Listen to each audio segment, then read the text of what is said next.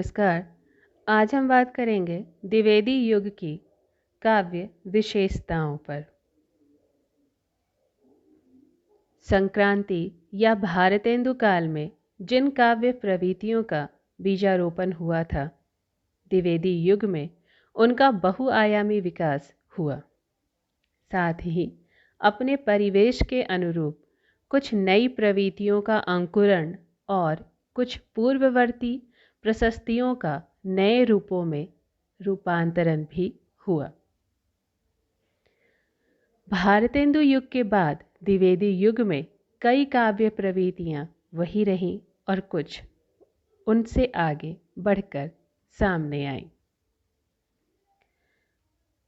अपने परिवेश के अनुरूप इन नई प्रवृत्तियों का अंकुरण भी स्वाभाविक था।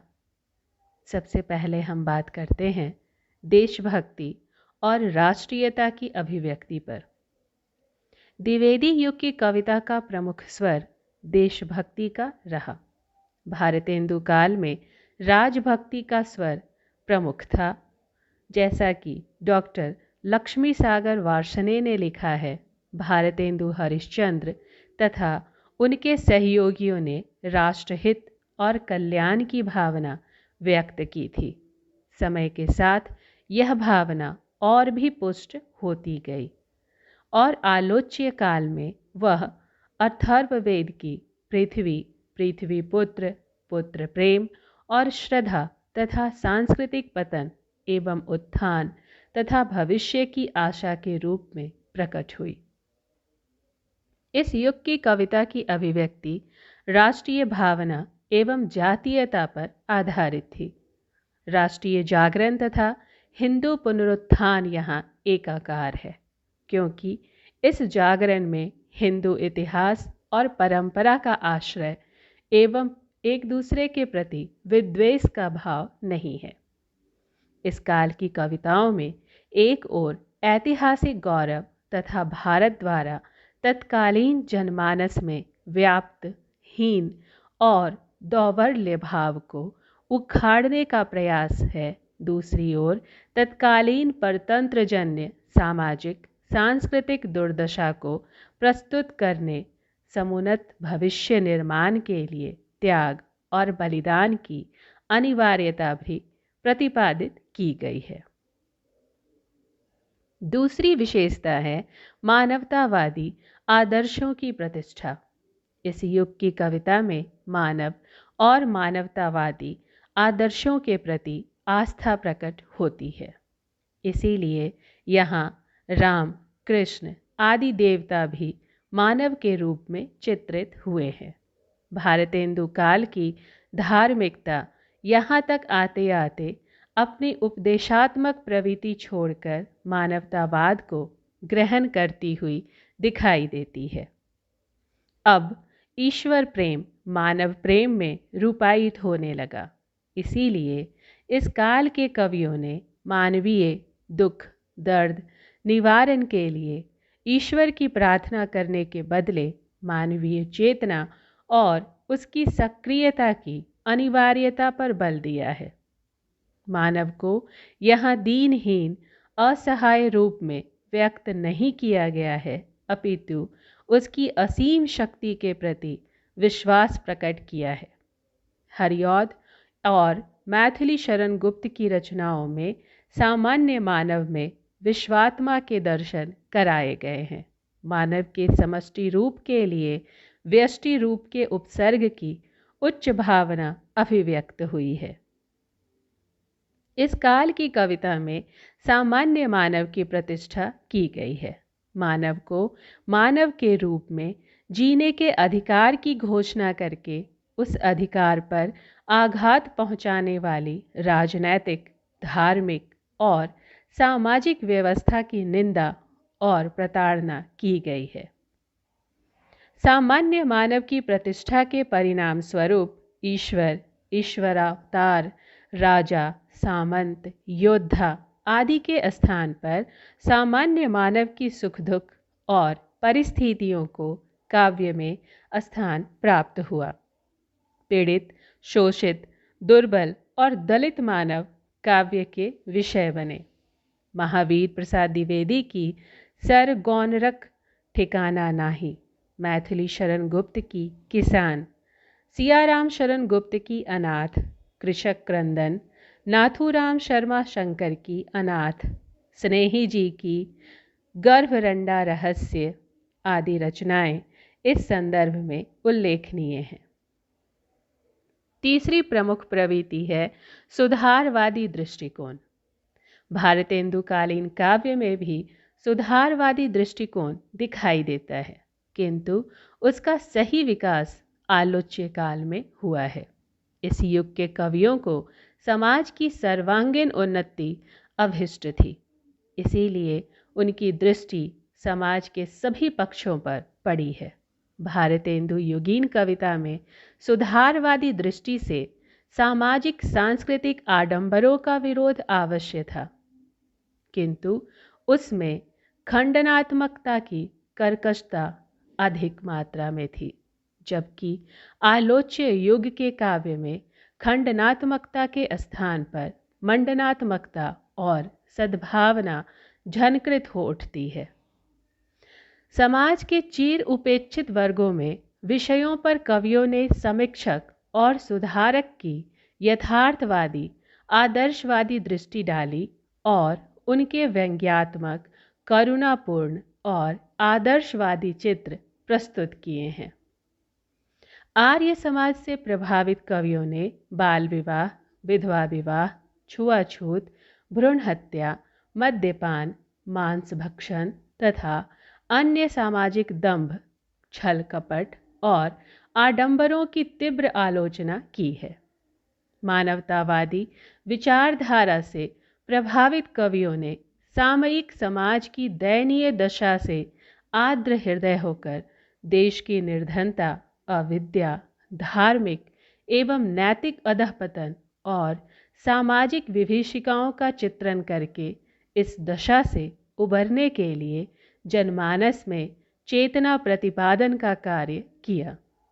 इस काल के प्रायः सभी कवियों ने स्त्री सुधार एवं उद्धार की कामना व्यक्त की है। नाथूराम शर्मा शंकर तथा ठाकुर गोपाल शरण सिंह की कविताओं में दहेज प्रथा और बाल विवाह का घोर विरोध तथा स्त्री शिक्षा और विधवा विवाह का प्रबल समर्थन किया गया है। इस दिशा में मैथिली शरण गुप्त का नाम विशेष उल्लेखनीय है। इनके काव्य साकेत और यशोधरा में नारी के दुर्दांत स्वरूप का उद्घाटन हुआ है। गुप्त जी ने अछूत उद्धार, भारतीय किसान तथा समाज के पिछड़े हुए वर्गों पर अत्यंत सहानुभूतिपूर्वक लिखा है। द्विवेदी युग की अगली विशेषता है आदर्शवादी दृष्टिकोण। इस काल के काव्य का प्रयोजन समाज के जीवन में उच्चतर आदर्शों की स्थापना और उसी के सहारे तत्कालीन दुरावस्था से मुक्ति पाना रहा है। इसलिए इतिहास के अनेक कथा प्रसंगों के आधार पर या कथाओं को अपनाकर लिखे गए इस काल के प्रबंध काव्यों में स्वार्थ त्याग, कर्तव्य पालन, आत्मगौरव जैसे उच्च आदर्शों की अभिव्यक्ति हुई है। हरिऔध का काव्य प्रिय प्रवास, मैथिली शरण गुप्त का साकेत एवं जयद्रथ वध, गोकुल शर्मा कृत गांधी गौरव, राम नरेश त्रिपाठी के द्वारा रचा मिलन जैसे प्रबंध काव्य इसके संदर्भ में विशेष रूप से उल्लेखनीय हैं। प्रबंध काव्य के अतिरिक्त नीतिपरक एवं उपदेश प्रधान मुक्तक काव्य भी इस काल में प्रचुर मात्रा में लिखे गए हैं। महावीर प्रसाद द्विवेदी, अयोध्या सिंह उपाध्याय हरिऔध, मैथिली शरण गुप्त, रामचरित उपाध्याय की रचनाएं इस संदर्भ में उल्लेखनीय हैं। इस काल के कवियों ने प्रेम के भी आदर्श स्वरूप की प्रस्तुति की है। प्रिय प्रवास, साकेत, मिलन जैसी रचनाओं में अभिव्यक्त प्रेम अत्यधिक उदात्तता से मंडित है। डॉक्टर लक्ष्मी सागर वार्ष्णेय ने कहा है, भारतीय संस्कृति के एक उत्कृष्ट और उदात्त रूप की पुनः स्थापना और जीवन के एक नैतिक धरातल के निर्माण पर दृष्टि आलोच्य काल के कवियों और लेखकों को आदर्शों की ओर प्रेरित करती है।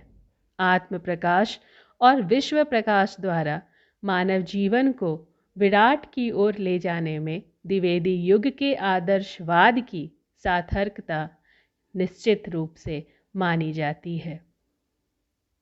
अगली विशेषता है वर्ण विषयगत वैविध्य और विस्तार। द्विवेदी युग के काव्य के वर्ण विषय में अद्भुत विविधता और विस्तार है।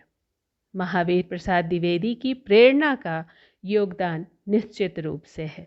द्विवेदी जी ने कवि कर्तव्य निबंध में लिखा है, चींटी से लेकर हाथी तक, पशु भिक्षुक से लेकर राजा तक, मनुष्य से लेकर बिंदु तक और समुद्र से लेकर अनंत आकाश, पृथ्वी, पर्वत सभी पर कविताएं लिखी जा सकती हैं।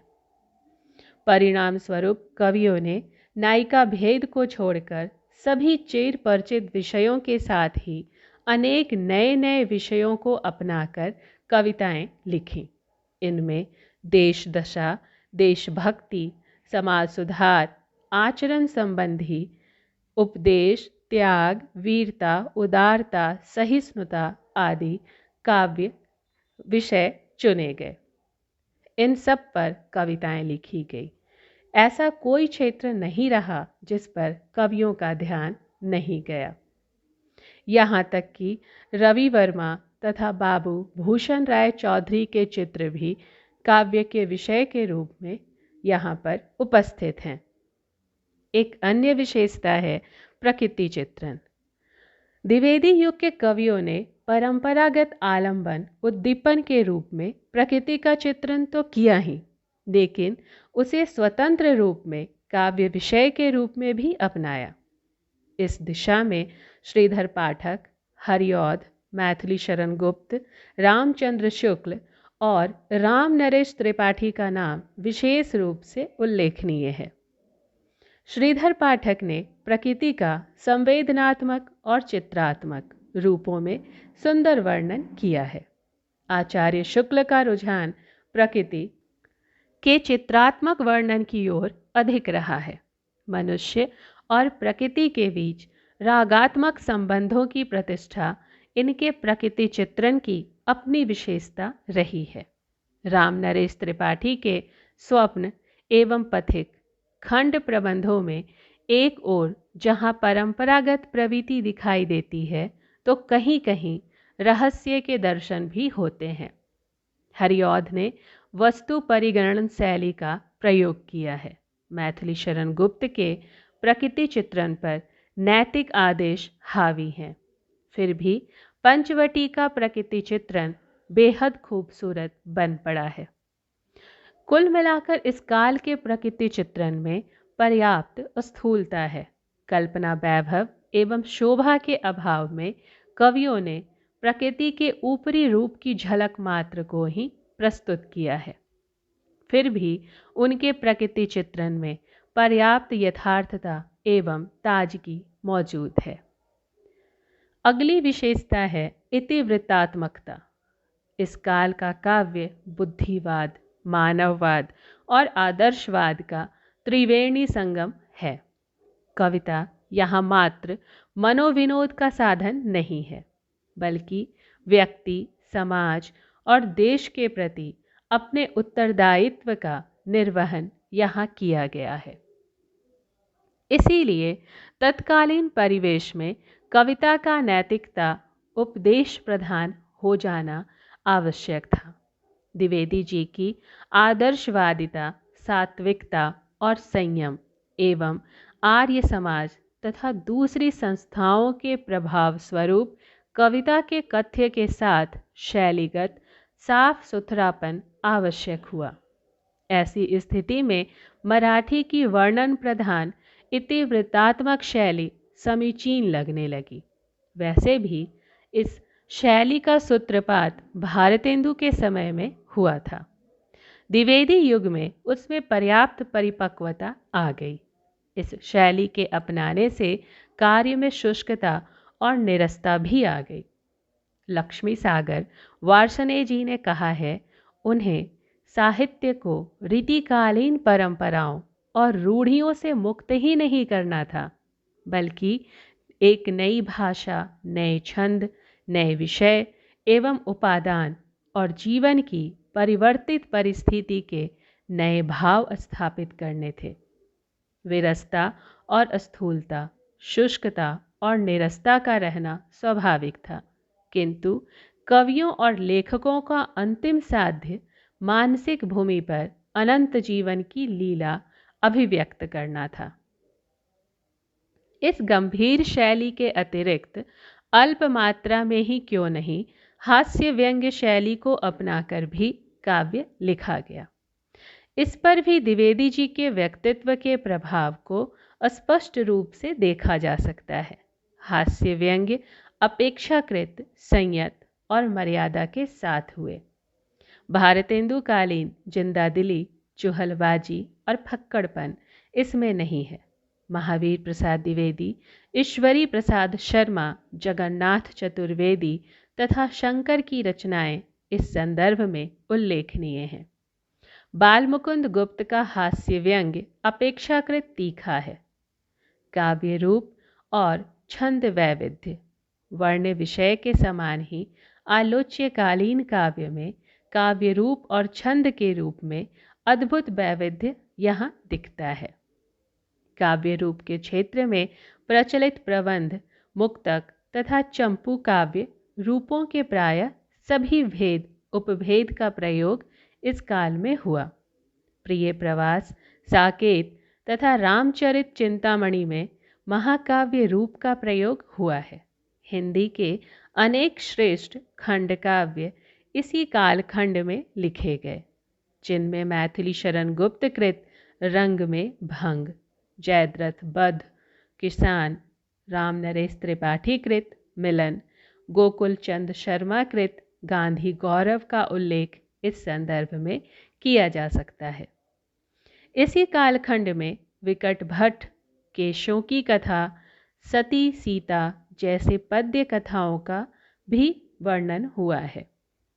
मैथिली शरण गुप्त की यशोधरा में चंपू काव्य रूप के दर्शन होते हैं। प्रबंध काव्य के साथ मुक्तकों का भी इस कालखंड में प्रचुर मात्रा में प्रयोग हुआ है। प्रगीतों का विकास बाद में हुआ, लेकिन मैथिली शरण गुप्त, मुकुटधर पांडे, माखनलाल चतुर्वेदी ने प्रगीति को अपनाया है। छंद के क्षेत्र में हिंदी, संस्कृत तथा उर्दू भाषा के छंदों का प्रयोग कवियों ने निसंकोच किया है। दोहा, कवित, सवैया जैसे छंदों के साथ ही रोला, छप्पै, कुंडलिया, सार, सरसी, गीतिका, हरिगीतिका, तांटक, लावणी, वीर आदि छंदों का भी सफलतापूर्वक प्रयोग किया गया है। हरिऔध जी द्वारा प्रयुक्त उर्दू शैली के चौपदे तथा भगवान दीन द्वारा प्रयुक्त उर्दू बहुल छंद विशेष रूप में उल्लेखनीय हैं। इस युग की एक प्रमुख विशेषता है खड़ी बोली का परिष्कार। खड़ी बोली का परिष्कार करके उसे काव्य के उपयुक्त बनाना और काव्य भाषा के रूप में उसे स्थापित करने में आलोच्य काल के कवियों का बहुमूल्य योगदान रहा है। महावीर प्रसाद द्विवेदी ने खड़ी बोली को सुबोध, शुद्ध और सरस बनाने पर बल दिया। उन्होंने भाषा के व्याकरण सम्मत प्रयोग के प्रति अपने समकालीन साहित्यकारों को मात्र सचेत ही नहीं किया, बल्कि कुछ आदर्श भी सामने रखे, जिसके सहारे मैथिली शरण गुप्त, अयोध्या सिंह उपाध्याय हरिऔध आदि कवियों ने यह सिद्ध कर दिया कि खड़ी बोली मात्र गद्य की ही भाषा नहीं, अपितु काव्य की भी सशक्त एवं सफल भाषा है। इस दृष्टि से गुप्त जी की भारत भारती की लोकप्रियता खड़ी बोली की विजय भारती सिद्ध हुई। द्विवेदी युग की एक प्रमुख विशेषता है काव्यानुवाद को प्रोत्साहन। द्विवेदी जी ने अनुवाद की प्रवृत्ति को भी प्रोत्साहित किया। परिणाम स्वरूप बांग्ला तथा अंग्रेजी के अनेक स्तरीय काव्य ग्रंथों के अनुवाद इस कालखंड में हुए। मैथिली शरण गुप्त द्वारा किए गए मधुसूदन के 2 काव्य मेघनाथ बध तथा विरहिणी ब्रजांगना और नवीन चंद्र सेन के पलासी युद्ध के अनुवाद विशेष रूप से उल्लेखनीय हैं। अंग्रेजी के शेक्सपियर, लॉन्गफेलो, वायरन और ग्रे की अनेक कविताओं के अनुवाद भी इसी कालखंड में किए गए। धन्यवाद।